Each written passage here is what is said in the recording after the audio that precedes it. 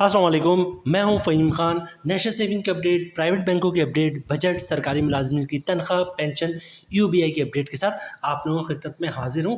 Request आप लोग से यही है, अगर आप हमारे चैनल पे नए हैं तो चैनल को सब्सक्राइब कर दें, वीडियो को लाइक कर दें, वीडियो को शेयर कर दें, बेल आइकन को प्रेस कर दें ताकि डेली बेसिस पे जब आप लोग के लिए वीडियोज़ बना रहे हैं, चाहे वो नेशनल सेविंग से रिलेटेड हो, प्राइवेट बैंकों से रिलेटेड हो, बजट हो, सरकारी मुलाजमिन की तनख्वाह हो, पेंशन हो, यूबीआई हो, वीडियो फर्स्ट ऑफ ऑल आप लोग को मिले और आप लोग को ज़्यादा से ज़्यादा फ़ायदा हासिल कर सकें। आज की जो हमारी वीडियो है जनाब, वो है कि कन्वेंस और मेडिकल अलाउंस में कितना इजाफा होने जा रहा है, ठीक है।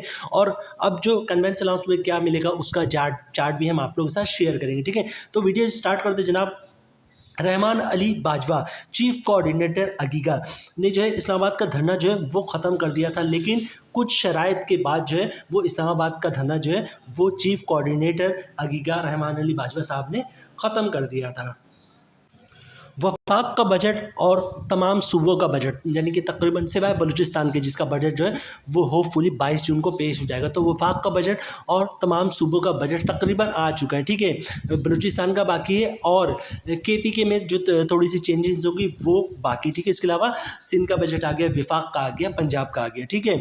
तो जनाब तकरीबन 22% से लेकर 30% तक जो है वो सरकारी मुलाजमिन की तनख्वाहों में इजाफा हुआ है, ठीक है। जो कि सिंध में जो है वो 30% भी हो तो उसको हम कह सकते हैं 22% से लेकर 30% तक तमाम सूबे में सरकारी मुलाजमिन की तनख्वाहों में इजाफा होगा, क्योंकि बलूचिस्तान का जो बजट आएगा वो भी तकरीबन वैसे ही होगा जैसा सिंध का बजट है। तो जनाब 22% से 30% तक जो है सरकारी मुलाजमिन की तनख्वाह में इजाफा हुआ है और तकरीबन तमाम सूबे में जो रिटायर्ड सरकारी मुलाजमिन उनकी पेंशन में 15% का इजाफा हुआ है। किसी भी सूबे के बजट में, चाहे वफाक का बजट हो या किसी भी सूबों का बजट हो, उसमें जो है मेडिकल और कन्वेंस अलाउंस में कितना इजाफा हो रहा है इसका कोई जिक्र नहीं है, क्योंकि इस्लामाबाद धरना जब रहमान अली बाजवा साहब ने ख़त्म किया था तो उनमें कुछ शराइत थी। चीफ कोऑर्डिनेटर अगीगा रहमान अली बाजवा साहब ने जब इस्लामाबाद का धरना ख़त्म किया तो कुछ शराइत थे, उसके बेसिस पे जो इस्लामाबाद का धरना ख़त्म किया गया। पहले हम वो शराइत देखते हैं वो क्या थे जनाब। अच्छा जनाब, पहली शर्त ये थी कि जनाब जो करंटली जो पेंशनर्स है, ठीक है, जो नई इस्लाहत आ रही है वो जो करंटली पेंशन्स है उन पे लागू नहीं का, मतलब मौजूदा जो भी मुलाजमीन हैं, रिटायर्ड मुलाजमीन जिनको पेंशन मिल रही है उनमें जो नया पेंशन इस्लाहत आ रहा है वो लागू नहीं होगा। ये पहली शर्त थी। पेंशन इस्लाहत मौजूदा सरकारी मुलाजमीन पर लागू नहीं होगा, ये पहली शर्त थी जनाब।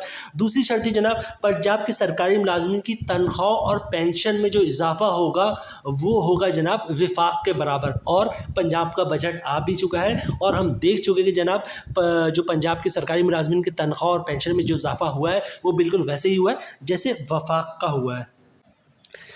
तीसरी शर्त थी जनाब मेडिकल एंड कन्वेंस लॉ से रिलेटेड, जिस पे अगीगा ने ये कहा था जनाब, रहमान अली बाजवा चीफ कोऑर्डिनेटर अगीगा उन्होंने ये शर्त रखी थी जनाब कि मेडिकल और कन्वेंस लॉ में इजाफे के लिए एक टीम तश्कील दी जाएगी जिसमें अगीगा के लोग भी शामिल होंगे। और अगीगा के लोगों ने या रहमान अली बाजवा ने बार बार इस बात को रिपीट किया है जनाब कि कन्वेंस और मेडिकल अलाउंस में 100% इजाफे से कम पर कोई बात नहीं होगी, ठीक है। और यहाँ पर मेरे पास एक चार्ट शीट भी मौजूद है जिसमें नए कन्वेंस अलाउंस की बात हुई है, ठीक है। अब जो 100% इजाफे के बाद जो नए कन्वेंस अलाउंस किया होगा वो आप लोगों के साथ शेयर कर दूं। BPS 1 से लेकर 4 तक जो नया कन्वेंस अलाउंस मिलेगा वो 3,400 रुपये मिलेगा पर मंथ, BPS 1 से 4 तक, ठीक है। BPS 5 से लेकर 10 तक जो पर मंथ कन्वेंस अलाउंस मिलेगा, BPS 5 से 10 की बात हो रही जनाब, वो होगा 3,680 रुपये। BPS 11 से लेकर 15 तक जो नया कन्वेंस अलाउंस मिलेगा जनाब वो होगा 5,440। BPS 11 से 15 की बात हुई, ठीक है। और BPS 16 एंड एबव को जो कन्वेंस अलाउंस मिलेगा वो 10,000 रुपये पर मंथ के हिसाब से मिलेगा। तो जनाब उम्मीद है वीडियो आप लोग पसंद आई होगी। मिलते हैं नेक्स्ट वीडियो में इंशाल्लाह, तब तक के लिए अल्लाह हाफिज़।